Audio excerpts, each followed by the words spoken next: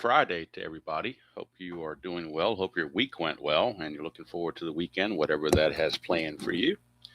Since we only had 4 games in the American League schedule on June the 4th, that opens up a free date on Friday.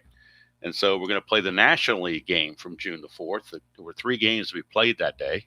So I picked this game, Montreal hosting San Diego from Olympic Stadium. And I've got a Big Ten here because that's the number we need to know for Olympic Stadium. It's 10 does everything. Singles, home runs, left, right, you name it. 10 is the magic number. So we have Larry Bowa's Padres against Buck Rogers Expos, and that'll be the game today. Dave Dravecky will later get traded to San Francisco, um, and Floyd Youmans is the starter for the Expos. Floyd Youmans is terrible at holding runners on. He is a +6, and you add that to the +3 from Fitzgerald to get a +5 here. So the Padres might be looking to run. Dravecky is actually pretty good at holding runners. Well, decent. He's a 0. But you got the big arm of Benito Santiago, who's a -3. So he's got a -3 on the hold there.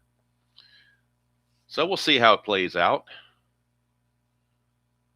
National League game. Now, the Strat-O-Matic computer is simming everything in the National League. I'm picking 1 game a day to play from the calendar date. And this was the June 4th game. It's a Thursday, which means it was a travel day. There were only 3 games going. And I'm trying not to have, 2 teams consecutively back to back. So try to mix up the teams, which is why I'm picking this game. In the Sims system, San Diego is 28-25, Montreal 25-25. Not that that's relevant or whatever, but just thought I'd throw it out there. And Floyd Youmans on the real season was 9-8 with a 464 earned run average. And you can see here he's 5-3 on the replay. All right. Good morning, Ben. Good morning, Jeff Gudeman, Mr. Gudeman. Good to see Dr. Gudeman, however you prefer to be addressed. Jeremiah, Justin, and Michael. Good to see all of you guys. All right. I do need to bring the game up on the Strat-O-Matic computer. That's the one thing I forgot to do. I feel like this thing is tilted somehow or another. I don't know why, but it just feels that way. Maybe it's not. Maybe it's just me. Didn't sleep all that well last night, so I'm off to a slow start today. Kind of overslept by about an hour compared to what I usually do. I usually get up about 7 o'clock. I didn't get up till 8 o'clock this morning. So I'm a little slow. I've only had 1 cup of coffee, and the one I'm getting ready to partake in now is only cup number 2. Usually I've had 2 cups before I come up here, so a little bit more wired than I would normally be. But right now we'll just, maybe the rolling of the dice and everything will get me going. So we go to this ball game in Montreal, bring it up on the computer so we can score it as we play it, just as usual, because nothing else, it keeps me in line, make sure I don't give somebody 4 outs or do something weird by mistake. So like to have the computer up in front of me. Got our dice. Let's see. On the replay, though, Floyd Youmans is doing quite well for himself. In the real season, he was 9-8 with a 464, but in the replay, he's 5-3 with a 2.93 earned run average. So the Strat computer has him doing much, much better than he did in real world. Pitchers are hitting in this game, which is wonderful. Get to pull out these things.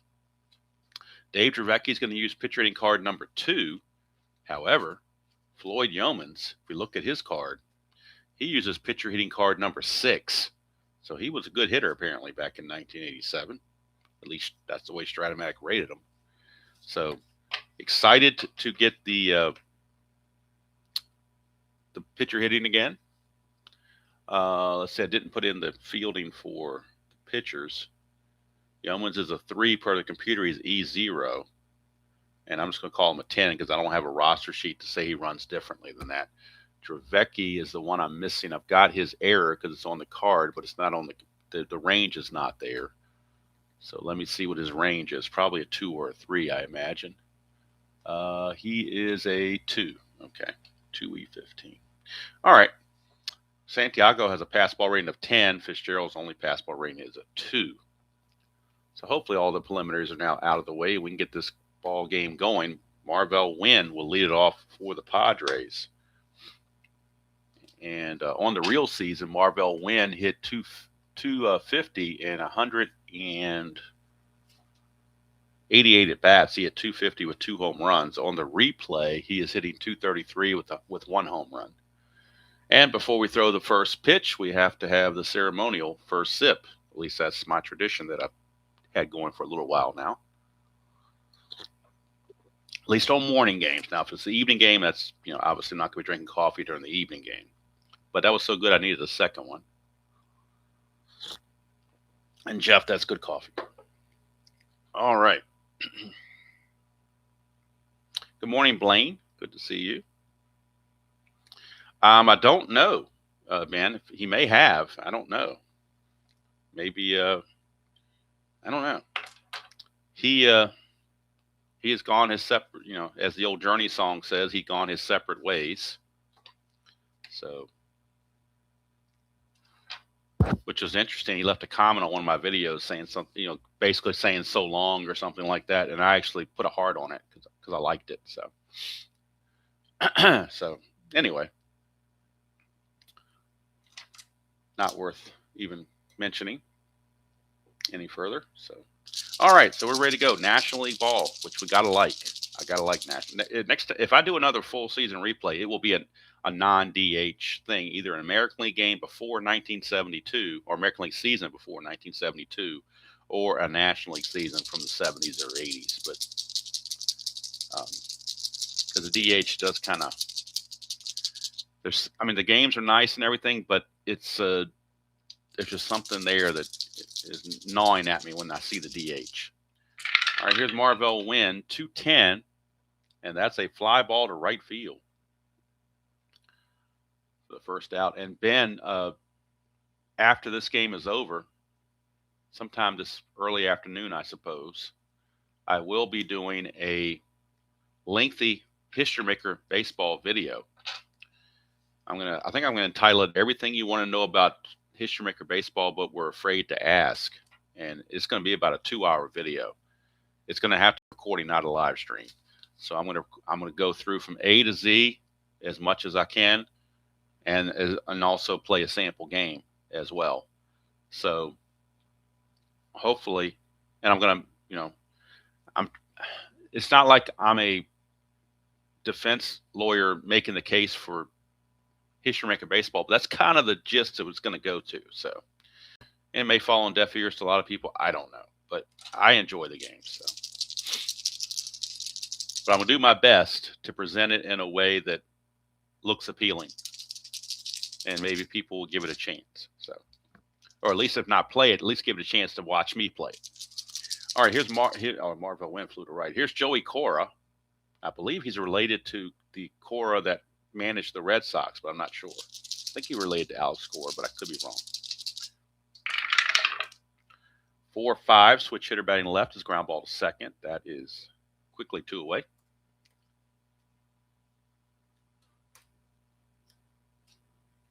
And here's Tony Gwynn. Got a little stain on Tony Gwynn's card. I'm kind of upset about that.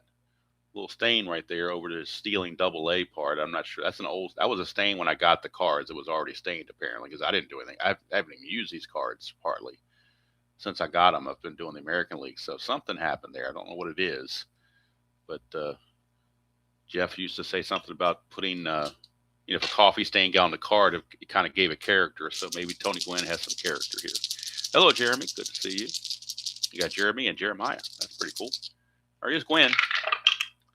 6-10, and that's a split chance. 1 to 8's a double, 9 to 20's a single. So Tony Gwynn, a 2-out double. And he is the hitting machine, just like Wade Boggs in the American League. That'll bring up John. I am not a crook. And he is playing first base in this game. It's also a clutch situation for Kruk. And he gains a hit, 310. That's his only thing. That's a 1 for Floyd Youmans. And his wild pitch rating is a 5. But no wild pitch. That is blocked by Mr. Fitzgerald. 2-6, and that's a single to center field for John Kruk. Most likely Gwynn will score. He's a 17, being held as a 16, but the 2 outs makes him an 18. And Candell's a +1 arm, makes him a 19. And if they throw through, Kruk's going to take second, so they will just throw it into second base and concede the run to Tony Gwynn. The only way they would have gotten him is on a 20. And if you throw through, Kruk will take second base. So they want to keep Kruk off second base. But an RBI single for John Kruk. And now with that +5 looming, John Kruk's going to be looking to get a lead. He needs a 2 through 6 or a 9. Doesn't get it, so don't have to worry about it. So Kruk, RBI single, and that'll bring up the Rookie of the Year in 1987 in the National League, Benito Santiago. Santiago hit 300 even in 546 at-bats with 18 home runs. And, of course, he's got a cannon for an arm with that -3 there. T-rate's a little high at 14, though. I will admit that. All right, here's Santiago against Youmans. 6-7, and that's a strikeout. Youmans got him.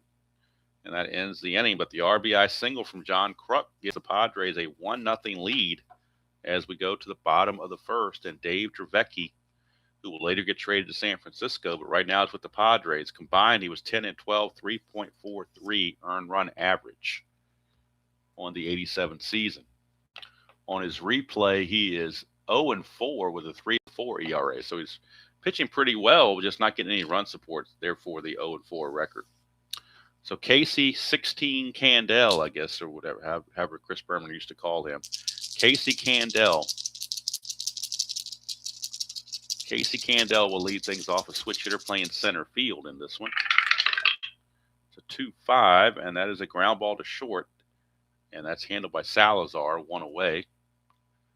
Padres doing what they did quite a bit in 87 with Gary Templeton, their aging shortstop. Anytime they played on AstroTurf was a good day that they would give him a day off. So that's why Salazar is playing short. Templeton is on the bench, ready to go. And I did check all the bench and bullpen guys, and I have a card for everybody. So everybody's carded. I'm not missing anybody, which is good. All right, here is Mitch Webster. 4-8, switch hitter batting right-handed, is a strikeout. Dravecky gets his first strikeout. There's just something refreshing about playing a National League game and teams that I'm not, not that I get tired of seeing the same teams all the time, but it's kind of a little bit of a refreshment to see different new faces on the cards. Here's Tim Raines, Hall of Famer, 6-6, and that's going to be a single to center field, and he's going to be looking to run, although Dravecky with that -3, courtesy of Santiago, might make a difference, but boy, if he gets the lead, it may not matter. He needs a 2 through 5.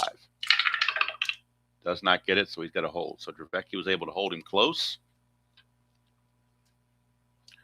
And there's Tim Wallach. 110, and that's a double to center field. Straight out double to center field for Tim Wallach. Raines most likely will score here. He's a 17, being held as a 16, but 2 outs makes him an 18. The center fielder arm is Mack. He's a -2, though, so that will drop it back to a 16. Wallach's only a 12, so he would not take third base on the throw, so they're going to throw through. It's a 1-16 to score him. And he's in there anyway, so Raines slides in and beats the throw, and we are tied. A 2-out single in the top of the first, and now a 2-out double in the bottom of the first has tied the ball game at a run apiece. Hello, Dan. Good to see you. So now here is Andres Galarraga. Speaking of the AstroTurf that you guys are talking about, I remember seeing something on the Phillies where a couple of the Philly players like Darren Dalton and a few others had passed away prematurely, and they were wondering if, and Tug McGraw, two of the most notables, wondering if the fabric or the makeup of that AstroTurf in Veterans Stadium had something to do with it. Now, they didn't say anything about the football players, but the football players only play there, 7 times a year because they play road games. But the Phillies would be playing there 81 times. Oh, yeah, Kruk. Okay, yeah, he's another one. So I remember seeing something about it. I didn't get too in depth in it, but I remember seeing something about that. And hello, Tim. Good to see you. All right, here is Galarraga in a clutch situation with Wallach at second and 2 outs. And against a lefty, he gains 2 hits, 3-9 and 3-10. So Dravecky will have to be careful. It's a 2-7, however, but that's still not careful enough. 1-5 is a double. That's a single, 2 stars. That will score Tim Wallach, and the Expos take a 2-1 lead here in the bottom of the first. consecutive 2-out hits have garnered the Expos a 2-1 lead now. Galarraga could try to run, but that minus 3 is not going to be favorable to him. They will have to hold him on, though. Not going to give him carte blanche to second base. They will hold him on. Here's Hubie Brooks.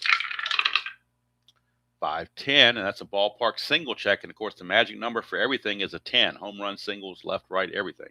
And that's a 13, so that fails. So this is going to be a fly ball to center field, and that will end the inning. But Montreal counters the one from San Diego with 2 of their own. At the end of 1 is 2-1 Montreal. And now the Padres will have to find a way to fight back. Tim Flannery will be the leadoff man. He is playing third base in this one.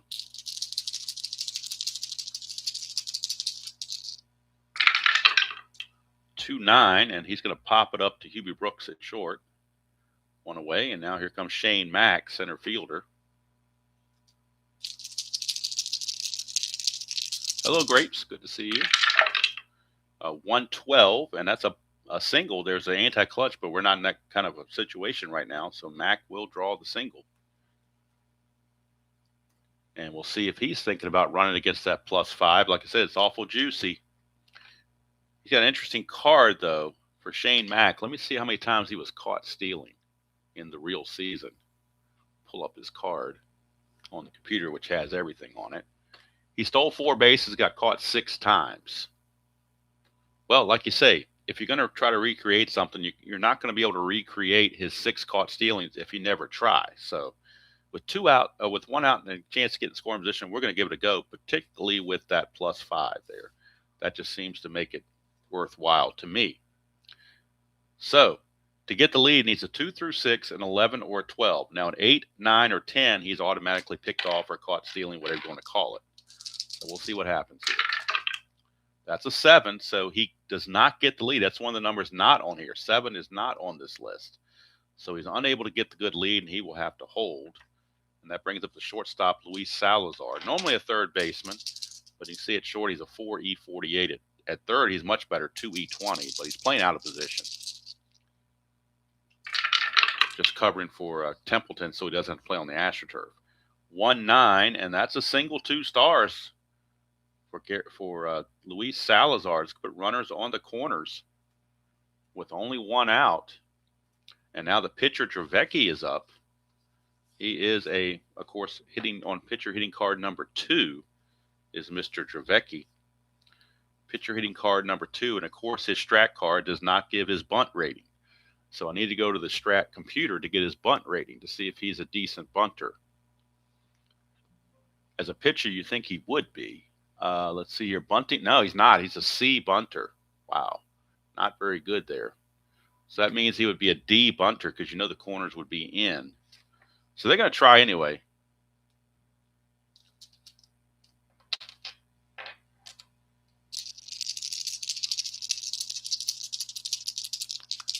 Justin, if I'm playing the game on the computer, I do. But if I'm playing cards and dice, I stick with the basic cards. There's just I don't know if appeal is the right word for it. This is the nostalgia to it that I really enjoy. So, but if I was playing this offline and just using the computer and the cards and dice, yes, I would go ahead and defer to what the computer gave me for Dravecky. But in this case, now one thing, he does throw left-handed, but he bats right-handed. So he is a right-handed batter, but he's going to bunt. So first of all, we'll make sure there's no havoc, and there is not. So he's going to become a D bunter, which is not the best, obviously. That's a 6. So the bunt, if we look at the bunt on a 6, it's going to be the third baseman, Tim Wallach, charging. But he's a D bunter, so basically he needs a 7 or less to have a good bunt. That's a 12. That's terrible. That's a double play. So it says here, batter pops out into a double play. So he's going to pop it up to Wallach, and that's going to end the inning. He's going to pop it up to Wallach, and then Wallach will throw over to first to catch Salazar off the bag 5-3 for the double, or 5-4 rather, for the double play. So not a good move there to bunt, obviously. Didn't work out in their favor.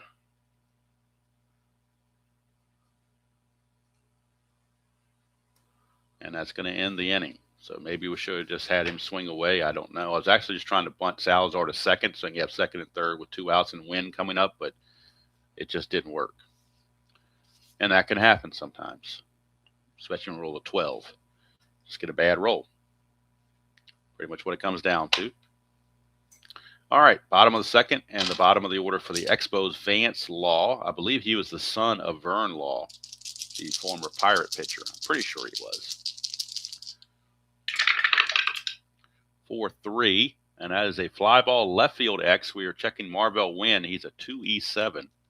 First X chance of the game, other than the pitcher. Let's see here. No, there wasn't even, that was a bunt. That wasn't even an X check. So he's a 2 with a 15, so he'll get to that. That is a 12, and he is an E7. E7, and there's no 12, so it's a good play for Marvell Wynn as he makes the catch. 1 away, and that's going to bring up Mike Fitzgerald.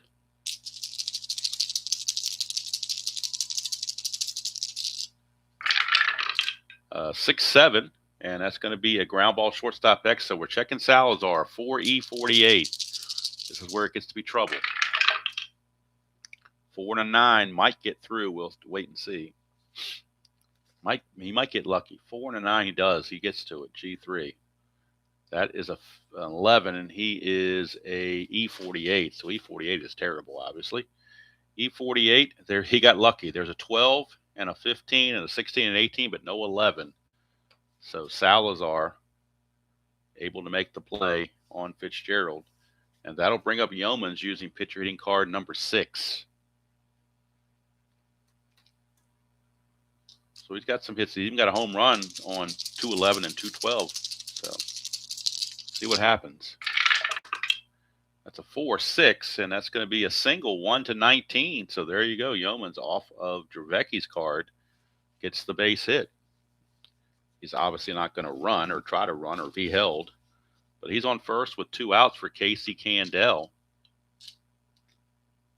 And if you get a guy on, even though there's 2 outs, anything can happen. That's a 2 chance for balk or pass ball. His balk rating is a 2. Pass ball rating on Santiago is a 10. We are checking the balk rating, so it has to be a 1 or a 2. There is no balk, so he pitches to Candell.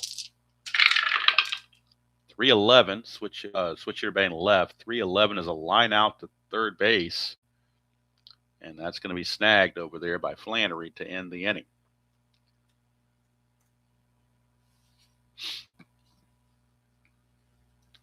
I'm very excited about a pre-purchase I just made the other last night. I think it was 2 nights ago, probably, for the Action PC baseball game, the new one that comes out next week. It is going to have a feature of manual entry. So there's lots of Strat seasons that I have that aren't on the computer that I can now play, like 1920, 1947 and such, and I can use the Action PC manual entry version, much like Digital Diamond or anything else, or Replay Baseball, whatever, and I can keep score of the games that way. So I'm very, very much looking forward to that. All right, plus it's a nice little computer game too on top of it, but that feature was the selling point to me. Hey John, how do I make my decisions? Basically, I go by well, first of all, does it make sense to try to get the extra base? Like go to first to third with only 1 out. If you can get to third base with only 1 out, then I think that's worth an extra gamble. To make the last out at third base, go from first to third when there's already 2 outs and make that final out at third, I play a little conservative. But sometimes it's feel, but most of the time I got to have at least a 1 to 15 chance before I'm going to try it. And it also depends on whether there's a trail runner that has to be taken into account also. But a lot of times, the short answer is sometimes it's just feel. So yeah, I didn't buy the Action PC game last year. I bought it in 2024. The 2020 2023 season. It was called 2024, but I bought it in December of 2023. So that's one of those games you can get like every other year. I don't play it that often, so to get it every year seems to be the upgrades weren't that substantial, but this one is. So of course, I was watching Beatles Eternally do a preview on it, and that definitely sold me. All right. As for playing the game, Dan, I think Action PC as a visual thing is much better than Digital Diamond, but up until now, you couldn't keep score of other games on Action PC. You can do that now. So the only thing good about Digital Diamond is all the seasons come at one shot, whereas Action PC, you've got to buy each individual season. So, all right, here's Marvell Wynn to start the third. That's what I could have, I got to put in the 0 here. I forgot to do. All right, 2-9 for Wynn, and he's going to ground it to second. Easy play for Vance Law, one away.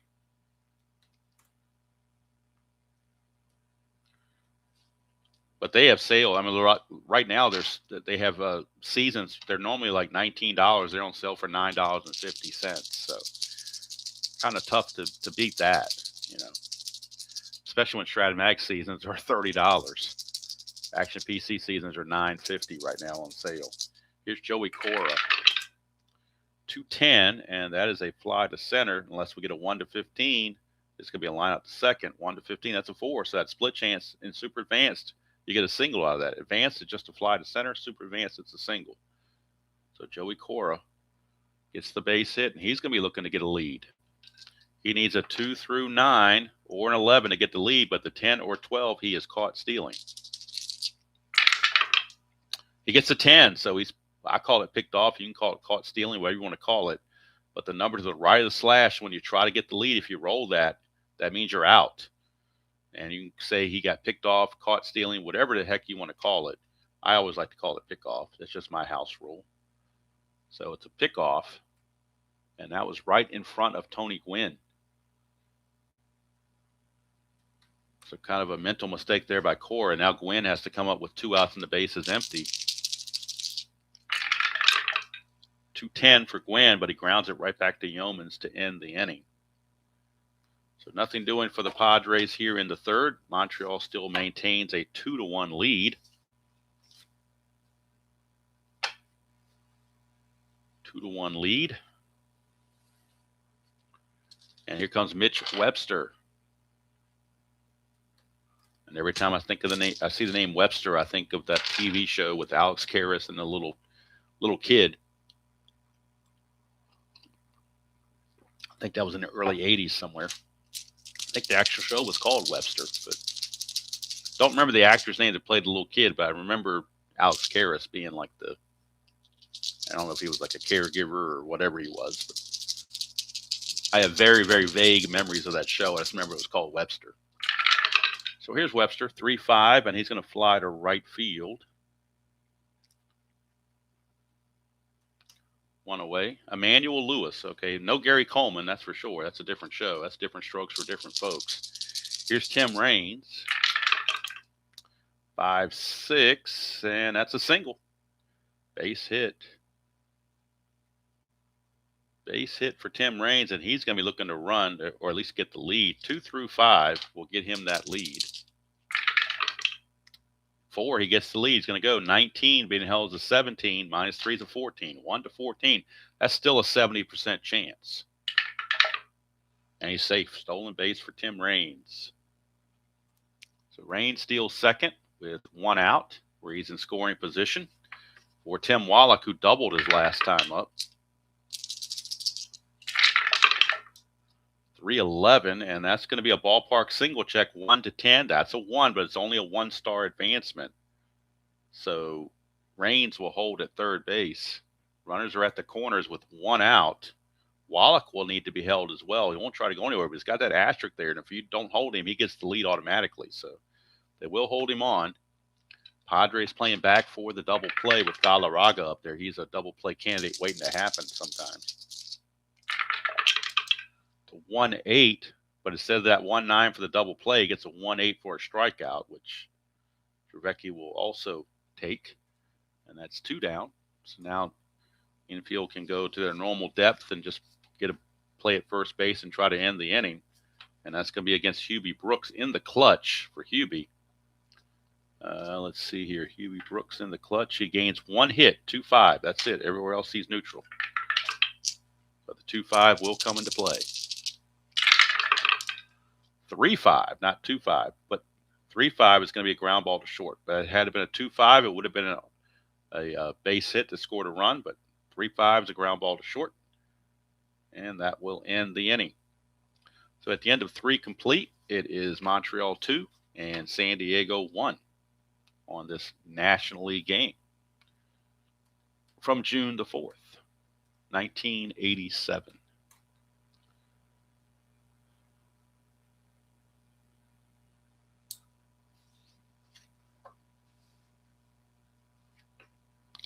Dan, if you like a little bit of bells and whistles and actually like video game type graphics, then Action PC is much better than Digital Diamond. It's not even close.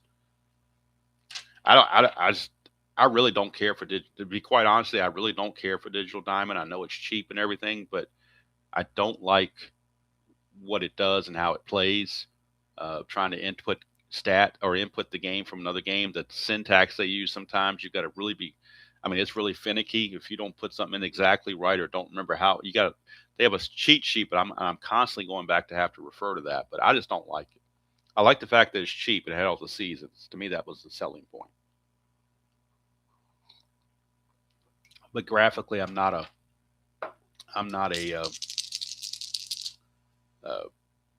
fan of the game per se. Hello, Frank. Good to see you. All right. Let's see here. But the sale, Dan, the sale I think is going on. I think it's going. You could go to their website, dksports.com. D as in David, K as in Kevin, sports.com. And I believe their sale is going on through the release date, which is, I want to say the 18th. So about a week from now. So certainly if you want to look at it over the weekend, it'd be a good time to review it. Maybe watch some of Uncle Ron's videos or some other people's videos on YouTube, that people that play Action PC, and see if it's for you. All right, top of the 4th, John Crutton. Every game's not for everybody. So 1-7 is a strikeout.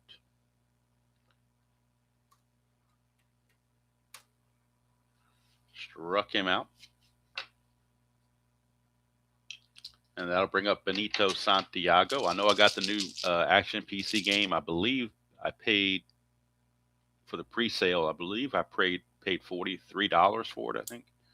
If you're talking Strat-O-Matic, you're over $100. So, all right, here's Benito Santiago. But, it's different games, too. 2-6 for Santiago, grounds to short. As most of us know, we'll pay extra for Strat-O-Matic just because it's Strat-O-Matic, I used the old coffee analogy a long time ago. You pay more Starbucks because that's what you want versus going to McDonald's and getting something that's okay. If something is premier, it's like getting prime rib versus chuck steak. Sometimes you want to save up and get that one good meal instead of having to get the generic stuff.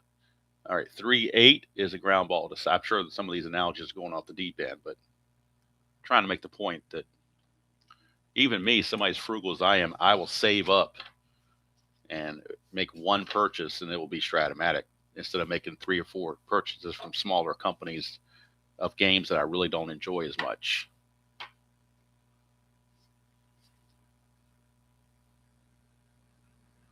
All right, here is Vance Law. Vance Law will lead it off. No, I'm not talking about the PC, Justin. I'm talking about the cards and dice.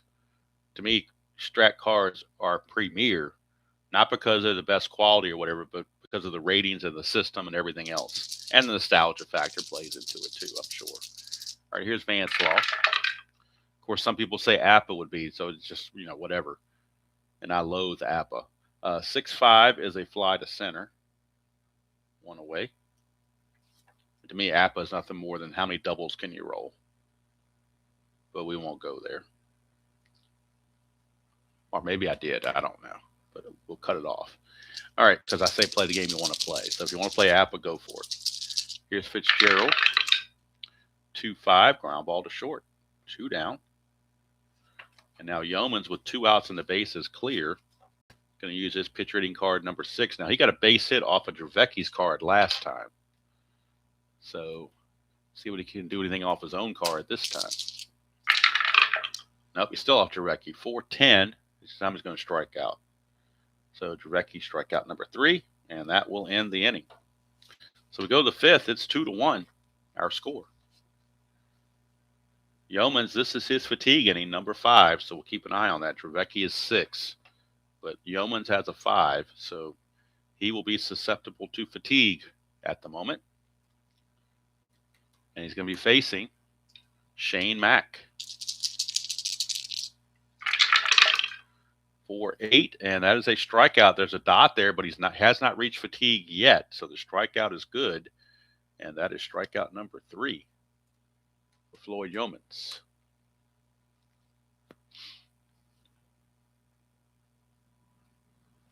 I agree, John. That's why when I play the Strat piece cards and dice, I have the computer up. I've got these baseball card looking images on the screen. So right now I'm looking at a picture of Floyd Youmans and a picture of Luis Salazar. So as I'm playing this game, I will show you what I'm looking at on my screen. You can't see on your screen, but because I don't have the technology to show all that stuff, but that's kind of what I'm looking at right here. Turn the light off on this real quick so it's no glare. So as we play, that's what's coming up on my screen. I get a picture of Luis Salazar and a picture of Floyd Youmans on my screen, on my Strat computer screen as I play the game. So I do have those, and yes, that does make a difference. Absolutely. Like to have the player photos, no question about it. The old-fashioned word there that I learned a long time ago is called accoutrements. Accoutrements is the word. One of my favorite words, and now my thing is kind of out of line. I got to figure out how to balance this without making people dizzy, but I don't want it to be, looks like it's tilted for some reason. I'm trying to fix the tilt, and I can't figure out how to fix the tilt. I think I'm making it worse, actually. Let's see. Maybe I can do it like that. Maybe that helps. We'll do it that way. How about that? That's about as good as I'm going to get right now. I don't want to mess around too much more and screw everything up, so we'll keep it going like this. But yeah, I do have that up on the screen as I'm playing. Like I said, if I had the technical know-how, I would do this via a streaming software like OBS or something, and I would have a split screen and all that good stuff. But I don't have that kind of technology, so very basic. All right, here is Luis Salazar. Get back to my Strat screen so I can see a picture of Mr. Salazar. 2-6 for Salazar, and he will draw the base on balls. So a walk to Salazar, and that is the first walk issued by Youmans. And now that will allow Dravecky to bunt, but then again, like I said, he is a C bunter, and they're expecting it, so it's going to be a D bunter. He bunted into a double play last time, but they're going to hope this time he does not get a 12. But it is Dravecky up there to bunt. Accoutrement, is that the way it's said, Dan? Is it properly pronounced accoutrement? Is that the singular version? What's the plural version? Accoutrement? Or accoutrements? I'm not sure. I did pretty well in English, but you know, some of the finer points, I don't necessarily follow the King's English all the time. I'm very well versed in slang, though. But that and behoove are two of my favorite words. And I first learned the word behoove when I was in basic training in the Army in 1983. My drill sergeant used the word behoove many, many times. It would behoove you. And I was asking, what the heck does behoove mean? And I finally figured it out. All right. So we know he's going to bunt. And he's not a good bunter. He's a D bunter, but we're going to try anyway. The bunt's going to go to the catch, or in front of the plate for the catcher, Fitzgerald. Let's see here. A 7 is a D bunter. He actually pulls off a good sacrifice with the 7. Pretty much, Grapes. I didn't say it. We had to yell everything. You couldn't get by speaking in normal tones. You had to yell, and whatever you yelled wasn't loud enough the first time around. It was never loud enough the first time around. So it's going to go 2-4 on the sacrifice. And believe me, that as an 18-year-old, that was a culture shock. Leaving home for the first time and getting in that environment, that was definitely a culture shock. But it was good for me, so worked out in the end, I suppose. All right. Let's see here. 3-5 is going to be a strikeout to end the inning. But again, it goes back to, when we just had Veterans Day not that long ago. I served for 3 years in the Army, but I really don't feel like a veteran because I was not in a war or a conflict. It was all peacetime. So in my mind, a veteran is somebody that went to war. That's the way I picture it. But I guess technically I am. But then when you go on job applications, I had a place to put there and I can qualify for veteran benefits and stuff like that. But in my mind, a veteran is somebody that actually got the boots on the ground and had to put their life on the line, which fortunately, when I was there, it was peacetime, so I didn't have to do that. But let's see, 3-3, switch hitter batting against the lefty is a fly ball to right field, one away. And I did spend a couple years in the reserves after I got out as well. So I think all told, I spent like almost 9 years, but a lot of that was in reserves. And like I said, none of that was in any kind of conflict. So.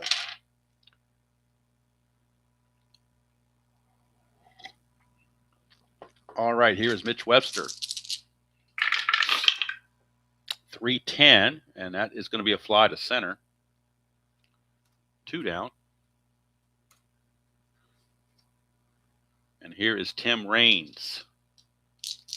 Of course, had a conflict broken out while I was in that I would have been forced to go there, and I wouldn't have any problem going there, but just worked out where I didn't have to. 2-5, and that is a ground ball to short. So I don't know how I would have handled it if I was in that situation. Fortunately, I never was put there, but you don't know until you get there how you're going to react sometimes. Like Mike Tyson said, everybody's got a plan until they get punched in the mouth. So you can think I would do such and such, but until you actually get in that situation, you're actually in a foxhole or something like that, then you don't know how you're going to react. All right. So we go to, I don't know how we got that tangent, but whatever.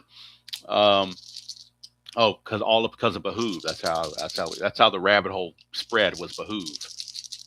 All right. Joey Cora. Floyd Youmans walked one batter, but he still keeps some endurance for Cora.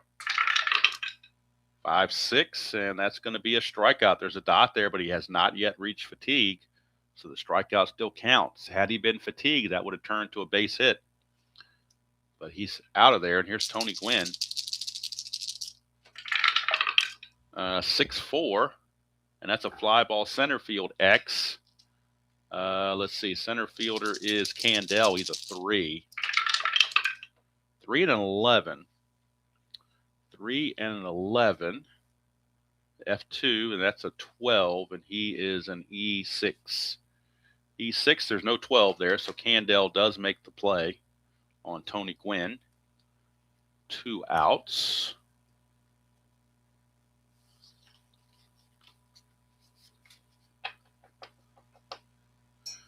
Very true, Ben. I mean, my motivation for going there was not patriotic. It was money for college. That was my reason to go there, the GI Bill. That's the only reason I went there. Without the GI Bill, I would not have done that. So I'm trying to steal any valor, that's for sure. 5-12 is a ground ball shortstop X. We're looking at Brooks, 3E32. It's a 1. That's a base hit. 1 is a base hit. That's a 6, E32 as well with the 6. There's no 6 there, but it will be a base hit for John Kruk. That double die coming up with a 1. Go back to that song by Bob Seger called Night Moves. There's a line there that says, I used her and she used me, but neither one cared. So I kind of used the Army and the Army kind of used me, the way I look at it. And hopefully we both benefited.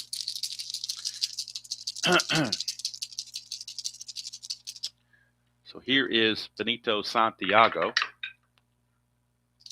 Buck's not going to try for any leads. 4-9, and that's going to be a walk. So now Youmans just about on the verge of fatigue. I think one more batter, and he'll be fatigued. The Strat computer will tell me for sure. Yeah, he's not there yet, so I think one more base runner, and he will be fatigued.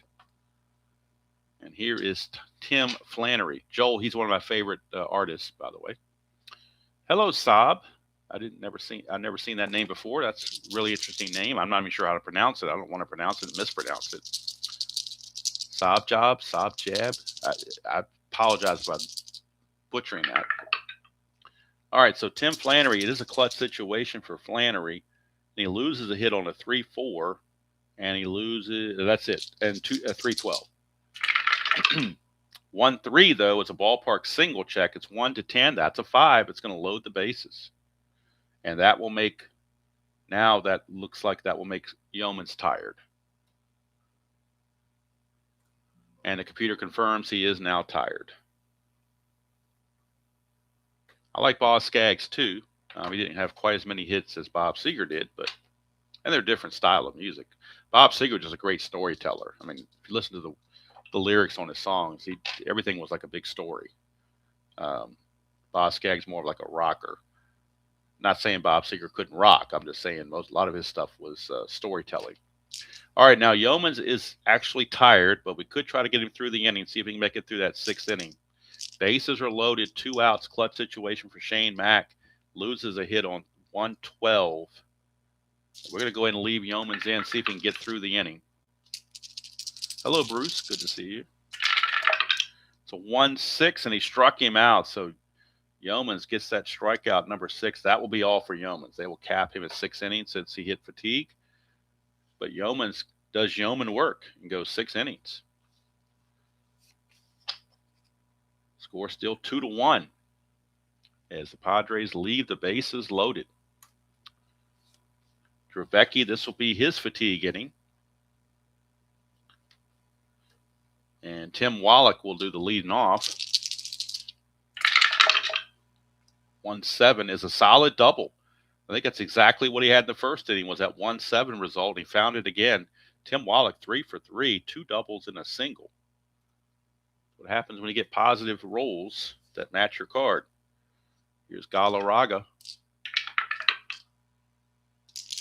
Dravecky is set to bat second next inning, so they love to get him through this inning without, a lot of damage. 6-6 is a single to center field, so that's going to put runners at the corners with nobody out. No sense taking a chance with nobody out. No reason to try to send him. Doesn't run all that well to begin with. And here's Hubie Brooks, and now the San Diego bullpen is active. They do have a right-hander loosening. Like I said, I do have all the active players on the roster on this date are carded. So from the right-hand side, we have Greg Booker, Storm Davis, Lance McCullers, and Goose Gossage. And from the left side, we have Craig Lefferts. He also is part of that trade that went to San Francisco. So Greg Booker, a right-hander, is loosening in the San Diego bullpen. He was 1-1 with a 3.16 ERA, so he would be coming on if Dravecky can't make it out of the inning. Runners on the corners, nobody out. They're going to play back for the double play. They want to make sure if they give up 1 run, that's okay, but not 2 or 3 runs. So they're going to play back for the double play.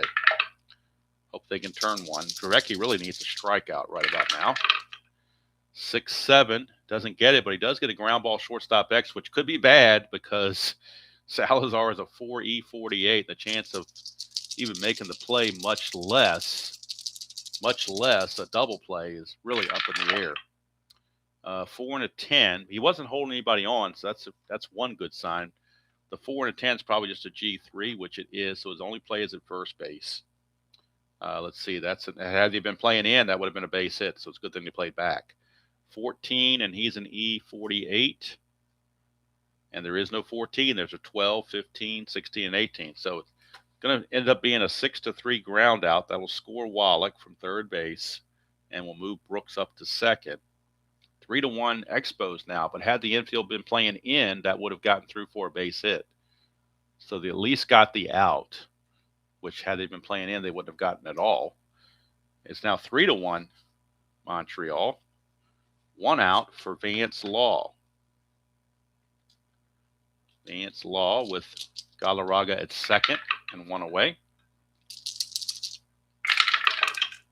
1-5 for Law against the lefties. A ground ball to third.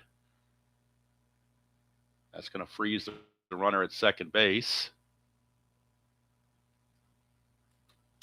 And that'll bring up Mike Fitzgerald, the catcher. Normally, the number 8 hitter is up there in the National League with first base open. You'd walk him and get to the pitcher, but they're going to pinch hit for Youmans if it gets to him. So they're going to have to pitch to Fitzgerald. So Fitzgerald is up. Let's see, 4-5, right-hander. 4-5 to pop out to third, and that will end the inning. So Dravecky limits them to 1 inning, or 1 run, I should say.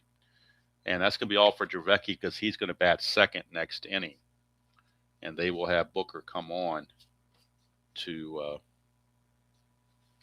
pitch in the bottom of the 7th. All right, so Jeremiah is going to step up with Kathy not here this morning. Jeremiah has a trivia question for us. You go right ahead, Jeremiah, while I get the new pitcher out for the Expos. We'll figure out who the new pitcher is going to be, first of all. How many stitches? Is that what that says? How many stitches on a standard baseball? I've seen that question before, but heck if I remember what it was, what the answer was. So my thing here is getting a little bit out of whack here. Let's move this over a little bit more so we can see the rest of the score sheet. I know I've seen that question before. I just don't remember the answer, and I really have no idea. But if anybody else does, they can certainly chime in. And while everybody's thinking about that, we'll go over who's in the bullpen for the Expos. We got Larry Sorensen. We got Randy St. Clair. We got Andy McGaffigan. Those 3 are right-handers, plus their closer, Tim Burke.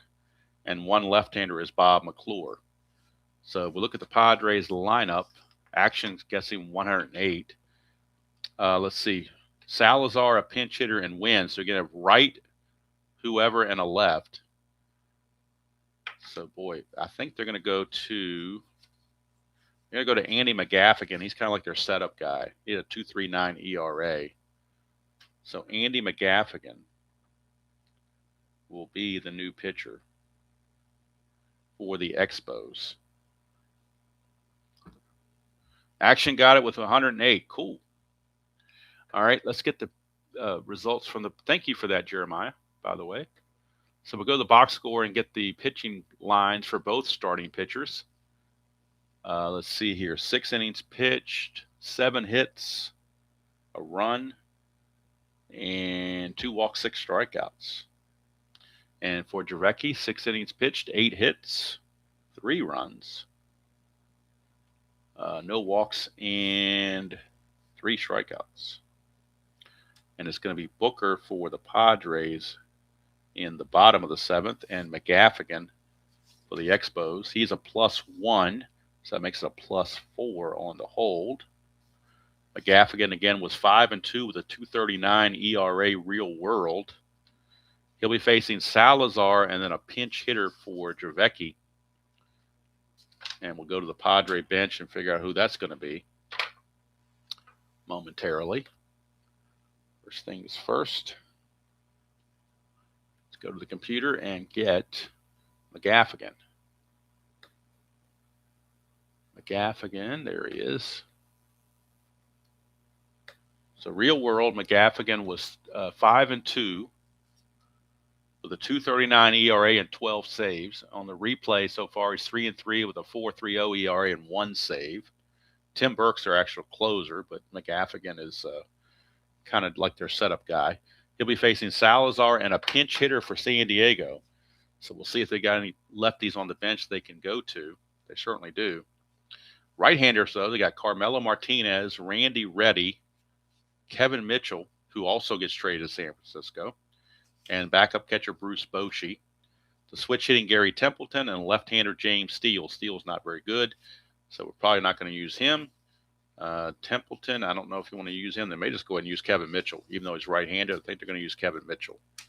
So Kevin Mitchell will pinch hit after Salazar. He's a 280 hitter with 22 home runs combined for the two teams. So it's going to be Salazar and then Mitchell. So Salazar will lead it off, and then Mitchell, and then Wynn.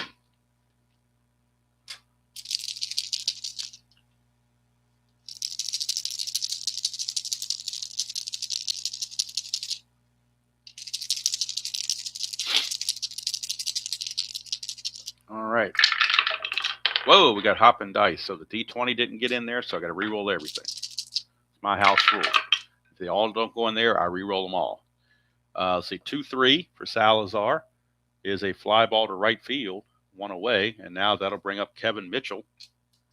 So we need to bring him on the computer. We'll bring on Kevin Mitchell. Pinch hit.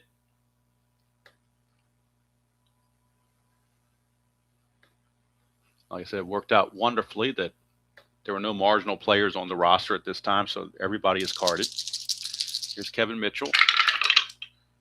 2-5 for Mitchell, and he grounds it to third. 2 away, so Mitchell fails in the pinch. And that'll bring up Marvell Wynn. He's 0 for 3. 110, and now he gets his first base hit of the game, a leadoff single. Or not a leadoff single, a 2-out single from Marvell Wynn. Down by 2, you could try to get the lead because it would be a +4. So if he got the lead, it would be a 1-17. So certainly that's worth the gamble. That's a 6. He gets the lead. So it's a 15 being held to 13. But then that +4 is a 17. So 1-17 for Marvell Wynn to steal it. 17, he barely got in there. So Larry Bow is saying, it's a good thing you got in there, buddy, because if you got caught stealing there, there'd be hell to pay. But he gets on, and now Joey Cora steps to the plate. 237 hitter. Do they pinch hit for Joey Cora? Not that much on the bench, to be quite honest. So, and Cora's a switch hitter, so they're going to leave him out there. Joey Cora. 4-9, and that's a fly to center, and that's going to end the inning. So McGaffigan gets through all of the seventh inning without any issue, just the one single and the stolen base, but nothing else comes of it. And that's going to get us to the 7th inning stretch. And now we need to bring Greg Booker into the game for the Padres. There'll be no double switch because there weren't that many places to. I mean, the pitcher's a long way off. So Booker, like I said, was 1-1 with 3.16 ERA and a save. On the replay, he's 0-0 with a 0.89 earned run average and 1 save in 20 innings. So Booker will come on, and he will pinch hit for McGaffigan. McGaffigan went his 1 inning, gave up a hit, nothing else. Probably could have double switched there if I'd have thought about it, but McGaffigan got his 1 inning, and that's probably good enough. So the Expos will need a pinch hitter, and we'll look at their bench, and then I'll go the 7th inning stretch and warm my coffee. But we're checking pinch hitters here. From the right side, we have Dave Engel. We have Reed Nichols. But most of the righties were in the lineup against Dravecky. So from the left side, you got Herm Winningham, Jeff Reed, and Tom Foley, and a switch hitter, Wallace Johnson. So we'll see. We will see who they want to choose. Tom Foley hit 293, so he's a good choice. So I'm thinking they're going with no tomfoolery. They're going with Tom Foley. They're going to go with Tom Foley, and Tim Burke will come in and pitch try to get the save with the 8th and the 9th innings. Of course, in 1987, a relief pitcher going 2 innings was not unusual. Tim Burke actually has a relief rating of 3. So Burke will come in and be the new pitcher in the top of the 8th for Montreal. It'll be Foley, Candell. So Foley to pinch hit here in the 7th. Foley, Candell, and Webster due up for the Expos against Greg Booker. So let's bring Foley into the game on the computer, and then I can hit the 7th inning stretch and refresh my coffee and get ready for the stretch run. All right. Hello, RN. Or is it Ryan, like Ryan Sandberg, or is it RN like a nurse? I'm not sure. I noticed the R and the N are capitalized and the Y and the E are lowercase. I'm not sure the genesis of that, but however it is, welcome aboard. I don't want to mispronounce it or misname it, but hopefully you enjoyed this Strat-O-Matic broadcast. But right now it's 7th inning stretch time. As you know, in the mornings I got to have my coffee, but between first pitch and now, the coffee has gone definitely lukewarm at best. So I need to refresh this and get this going again. And it makes perfect time to do it the 7th inning stretch, where we can have take me out to the ball game. So while I go get my coffee, hopefully you guys can enjoy take me out to the ball game. And I'll be back in about a minute and a half.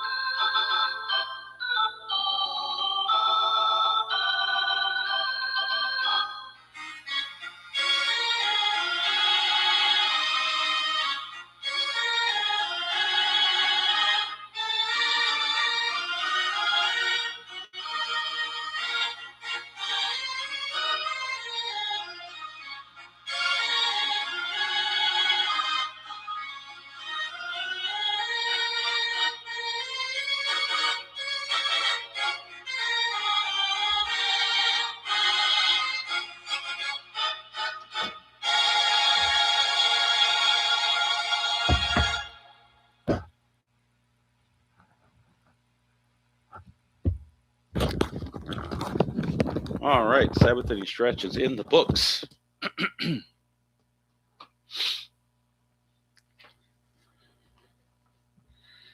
All right.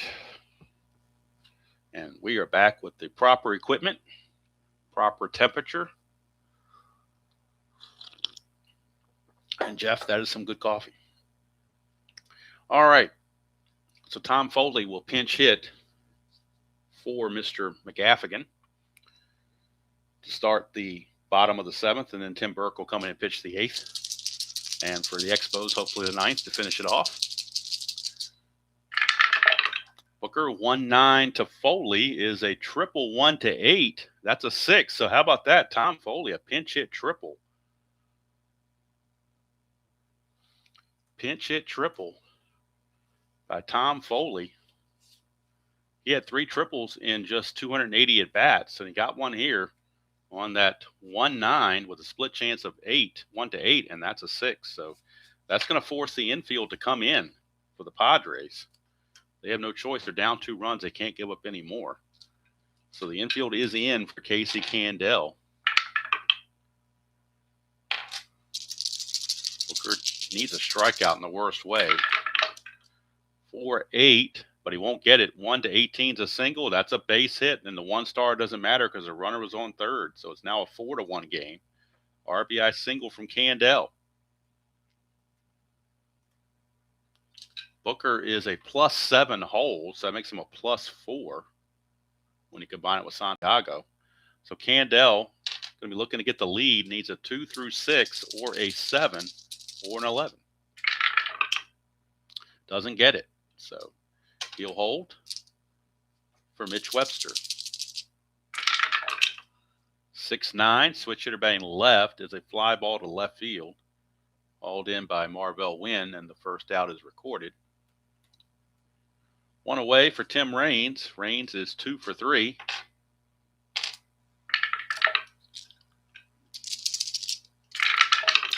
It's a 1-7, and that is a single. There's an anti-clutch, but the runner's not scoring position, and there are not 2 outs, so the single is good to center field. We'll check Candell and see if he would think about trying to motor ahead. Center fielder arm Mac, though, is a -2, so I think they're going to put the brakes on. Play station to station at this point. Good speed on the bases, though, right now. Wallach and Candell, or sorry, Raines and Candell, with Wallach at the plate. Padres can use a double play right about now. Giovanni's Taylor shot double play would be perfect. 2-4, but they're not going to get that. That's a ballpark single check, and everything's a 10. That's a 5. It's going to load the bases. So Tim Wallach is now 4 for 4, 2 singles and 2 doubles. Obviously, he is bucking for player of the game. Bases are loaded with 1 out, and Andres Galarraga, the batter. Looking at Galarraga's card, he's got some ground ball A's there, so they will play back for the double play. See if they can turn it. 6-8. Instead, it's a line out to short. There's a dot there, but he's not tired, so Salazar will snag it for out number 2. And that's going to take it to Hubie Brooks in a clutch situation. Bases loaded, 2 outs, 1 run in. It's 4-1, but this is slowly slipping away from San Diego. If they get a base hit here from Hubie Brooks, it could blow the game open. It is clutch, so he gains a clutch hit on 112 and on 310. So he's got 2 clutch areas. He can get a hit. Bases are loaded. 111, and that is a pop up to third, so he leaves them loaded. Montreal gets 1, but it could have been a lot more. They could have really put the game away and didn't do it. So we go to the 8th inning. It's now 4-1 in favor of Montreal. That might be enough. The way the Padres' inept offense has been going, that might be enough to get it done. Let's see. They're going to be a double switch, though. With Tim Burke coming in, they're going to have to double switch because he's going to come up in the 3rd spot. So we'll see who they might want to double switch out. Let's look at who's on the bench again. Well, Tom Foley did the pinch hitting, so they could bring him in for Brooks to play short, although he's not very good for E30. Let's see who else they might have off the bench they might double switch with, because you certainly don't want to have Tim Burke bat if you can avoid it. It would not be preferable at this point. Let's see who they might want to go to. Who's a good fielder? Well, Winningham's a good fielder. Okay, here's what we're going to do. Winningham's going to come in and play center field. And I think Candell is going to go to short, if that's what I was looking at. And he's not that good of a shortstop either, but man. What do we do with that? Or can we move Candell to left? Maybe they pull Raines out. Move Candell to left field. That's what they're going to do. They're going to move Candell to left field. The pitcher spot's going to go in Tim Raines' spot. So Tim Burke will go there. And over here will be the new center fielder, Herm Winningham. So Winningham is going to come in and play center field in the 8th inning, 9th position in the batting order. So he's going to be right here. So that means he bats 3rd next inning. And Tim Raines is out of the game. And Candell moves from center to left, where he keeps the same rating, 3 plus 1 E6. So that's what they're going to do to bring Tim Burke in the game. Tim Burke, 7-0 with a 1.19 ERA in real world. So let's get these double switches down. And so Winningham will come in and bat in the number 9 position, playing center field. And Tim Burke will come on and pitch and bat 3rd. All right, so there we have it. Good thing RJL wasn't here. He didn't get mesmerized by the double switch. All right, so like I said, Tim Burke, 7-0 with 18 saves and a 1.19 ERA real world. Computer is not giving him so much love. He's 4-5 with 5 saves and a 2.79 ERA. So Strat Computer does not think he's that good, or he's not playing to his card, however you want to look at it. He'll be facing Gwynn, Kruk, and Santiago. I could have brought in a left-hander to get him through the 8th inning, but I just thought it might be easier just to bring in Tim Burke and try to close the deal here.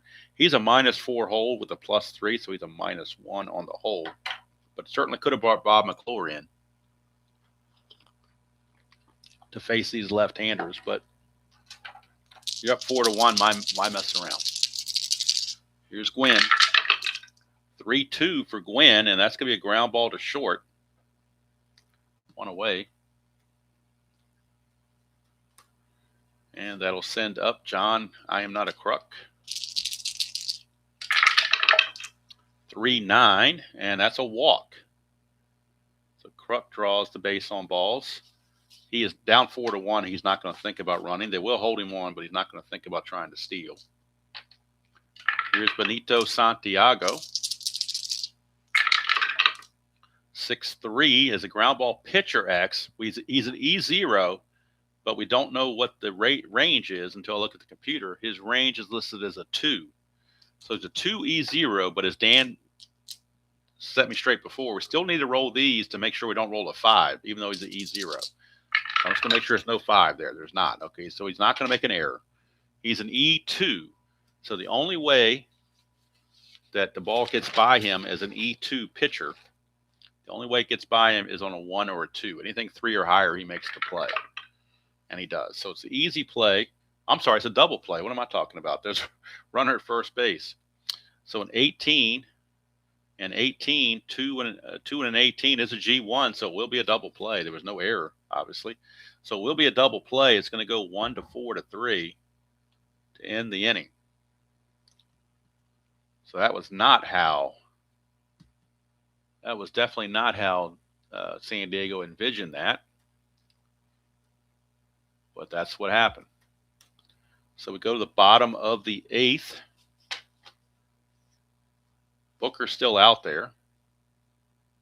And he'll be facing Law, Fitzgerald, and Winningham, scheduled hitters. That's true, Dan. Absolutely true. Which is why I was working on a beta version for myself. All right, here is Vance Law. 4-7. That's a base on balls.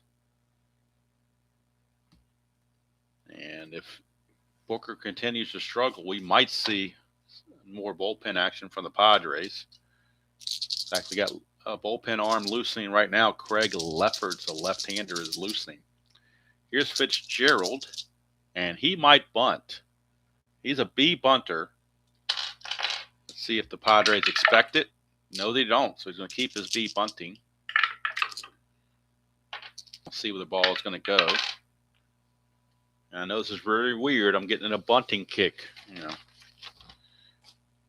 So 5 is the first baseman, Kruk. B bunter. That's a 5. 5 and a 5 is a B bunter. It's a good sacrifice. So Fitzgerald will sacrifice it, and Kruk will just tag him coming up the line. 3 unassisted. But it's a good bunt.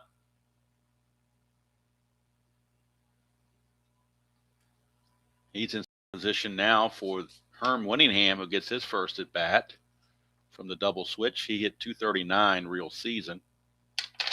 Herm Winningham with Fitzgerald at second and 1 out. 2-5 is going to be a ground ball to first. So Kruk will make the play, but going to third will be Vance Law. But now there are 2 outs. And that'll bring up Mitch Webster, who's 0 for 4. He's a good hitter, but he's 0. I'm sorry, not Mitch Webster. It'll bring up Casey Candell, rather. Casey Candell, 1 for 4. Most of those were against the lefty, although he did get a hit off of Booker, I think, the first time up. So Booker's going to see if he can flip that around now. 3-6 for Candell. A 1-3 is a triple. Anything else he flies to right, that's a 19. Would have been a sac fly, but there were already 2 outs, so that's going to end the inning. So Booker escapes the 8th inning. He's done. So we close the book on Booker. He went 2 innings, gave up a run, which was earned. He gave up 4 hits, walked 1, didn't strike anybody out. So top of the 9th we go. Last chance for San Diego. It'll be Flannery, Mack, and Salazar, and then a pinch hitter for Booker if we get that far in a 4-1 ball game.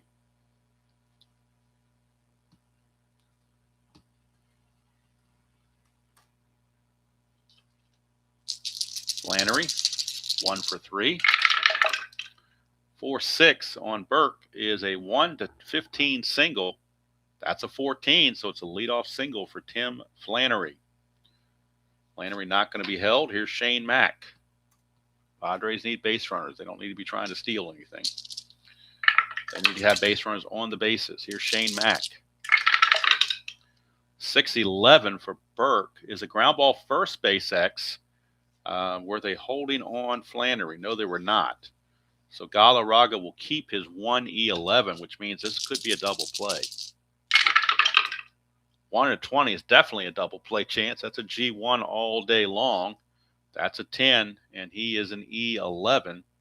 There's no 10 there, so that's going to be a double play. 3-6-3 double play. Second double play in as many innings hit into by the Padres as they are grounded into some bad luck. But the old 3-6-3 double play. And now we're down to Luis Salazar, the last remaining hope for the San Diego Padres. He's 1 for 2 with a walk. Bases are clear, though. 6-5, and that's going to be a pop out to second base. Vance Law's got it, and there's your ball game. Montreal defeats San Diego by the score of 4-1. And we'll get the totals from the box score.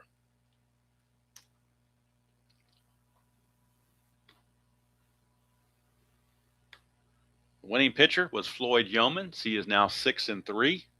Tim Burke gets the save, his 6th of the replay. He went 2 innings, gave up a hit and a walk, nothing else. And let's see, total line score, 4 runs, 12 hits, and no errors for Montreal. 1 run, 9 hits, and no errors for San Diego. Player of the game is Tim Wallach. Without a question, Tim Wallach is the player of the game. He went 4 for 4, did Mr. Wallach. Double, single, 2 runs scored, as well as an RBI. So Tim Wallach is your player of the game. So that wraps up the June 4th date all the way around. And we can move on now, starting on Monday with June the 5th. So we go to the American League schedule for June the 5th, and everybody's playing. All 7 games are taking place. First game on the docket, as we look at it, could either go to Boston or Toronto because they're the 2 easternmost home teams. So I don't know which one geographically is further east, whether it's Boston or Toronto. I'm thinking Boston is further east than Toronto is. So we'll probably be at Fenway Park on Monday. It'll be Jeff Robinson and the Tigers against Al Nipper and the Red Sox. Then on Tuesday, we'll be in Toronto. It'll be Eric Bell and the Baltimore Orioles against Jimmy Key, who is undefeated. Jimmy Key, I believe, is he's either 10-0 or 11-0. I got to remember look up his numbers here. But he is going for the pitching triple crown for sure. So let me get his numbers on the replay. Jimmy Key is 11-0 in 12 starts with a 1.39 earned run average on the replay. So he definitely is the pitcher of the season so far.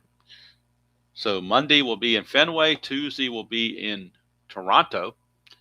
And then on Wednesday, let's figure out, one of these days is going to have to be a doubleheader because there's 7 games to play here. So I'm not sure. Probably would do the doubleheader on Tuesday because assuming Jimmy keeps is a good game, it should go by quickly. So all the West Coast teams are at home. So got to figure out who the next easternmost team is going to be. It's either Milwaukee or Minnesota. Boy, my geography is struggling at the moment. Minnesota, and I think Milwaukee's further east than Minnesota is. My geography is correct. So on Tuesday, we're looking at a doubleheader. Tuesday, it's going to be Baltimore at Toronto, game 1, Yankees at Milwaukee, game 2.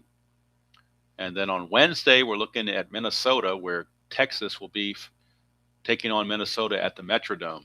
Greg Harris against Burt Blyleven. And then on Thursday and Friday, we're looking at West Coast games. It'll be Chicago at California, Cleveland at Oakland, and the Royals at Seattle. And I'll figure all that stuff out later. But short term, we're looking at tomorrow, or Monday morning rather, in Boston, a single game between the Tigers and the Red Sox. And then hopefully a doubleheader on Tuesday morning is the plan. No Strat-O-Matic game tomorrow. But my plan is later today is to do an extensive video on History Maker Baseball. Everything you want to know about History Maker Baseball, but we're afraid to ask. Go through in depth.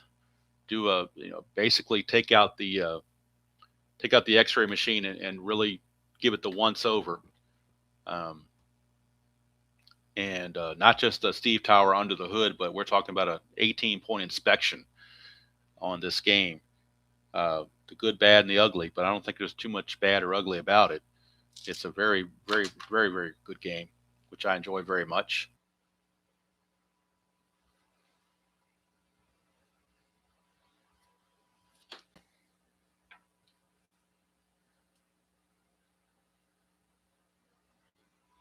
All right, I think I got back. I didn't want to close this stream without wrapping the game up officially. So hopefully YouTube will allow me to for a few more minutes just to finish up my thoughts. Like I said, the next game on Monday, first game of the June 5th date, game 359 on the replay, will be Detroit at Boston.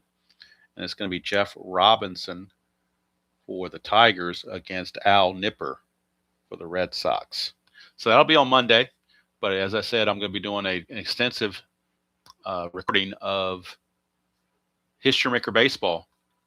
And if you saw my unbagging video a couple days ago, you know I unbagged the new, well, it's not that new all around, but it is from the 2025 Baseball America set, the fictional set.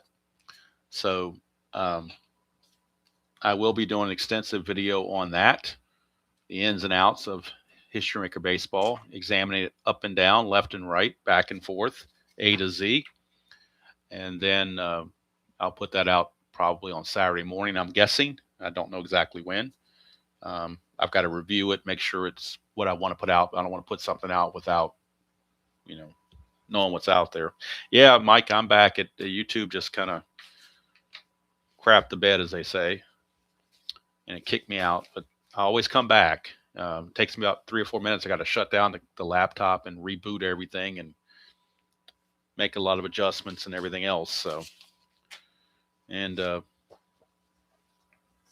also, one of the things I like about History Maker Baseball is the ability to create your own cards, and I'll get into that into the video. But just as a sneak peek, these are the cards I created for the Florida Marlins 1993 season using the History Maker how-to guide and using a PDF editor, where I created these in the Excel, printed them to a PDF, and then went into PDF editor and added in the uniform numbers, the logos and the colors and everything I did off of the Excel portion in the how-to part. That's one of the fun for me about this game is you can create the players all you want. So anyway, just a little sneak peek there. And I did the same thing with these cards here for History Maker. Oh, that's not the one I'm looking at. Never mind. I got the wrong one. My bad. Picked up the wrong stack, didn't I? Oh, well. That happens. I don't know what I did with what I was talking about. Now they're somewhere else and I can't find them. So anyway, but I will be doing something along those lines. And I did go out and print some more blank sheets of these because I'm running low, so I had to print those. They're two-sided, which is very wonderful. Saves a lot of paper by doing it two-sided. Anyway, I'm going to go ahead. It's a little choppy, and there's really nothing else to add to the video. I just wanted to close it up, close the thread, as they say, and not leave the thing hanging because I'm not sure how YouTube would process it if I don't actually finish it and hit click done and all that stuff. So that's going to do it from here. I appreciate you guys watching the National League version. I had a lot of fun playing the National League game. It's always a treat to play one National League game a day, or a week, I guess, as it turns out, for the calendar day. Gives me a different perspective where I don't have the DH, and I can do what I hope is a little more managing. It's just and you get to see different teams, the way it goes. All right, so like I said, look for something tomorrow from History Maker Baseball. Otherwise, I usually always take Sunday off, so nothing there on Sunday. But Monday morning, we'll be right back for the Red Sox and the Tigers from Fenway Park. So until next time, enjoy playing whatever game you choose to play, however you choose to play it, and I will see you all down the road.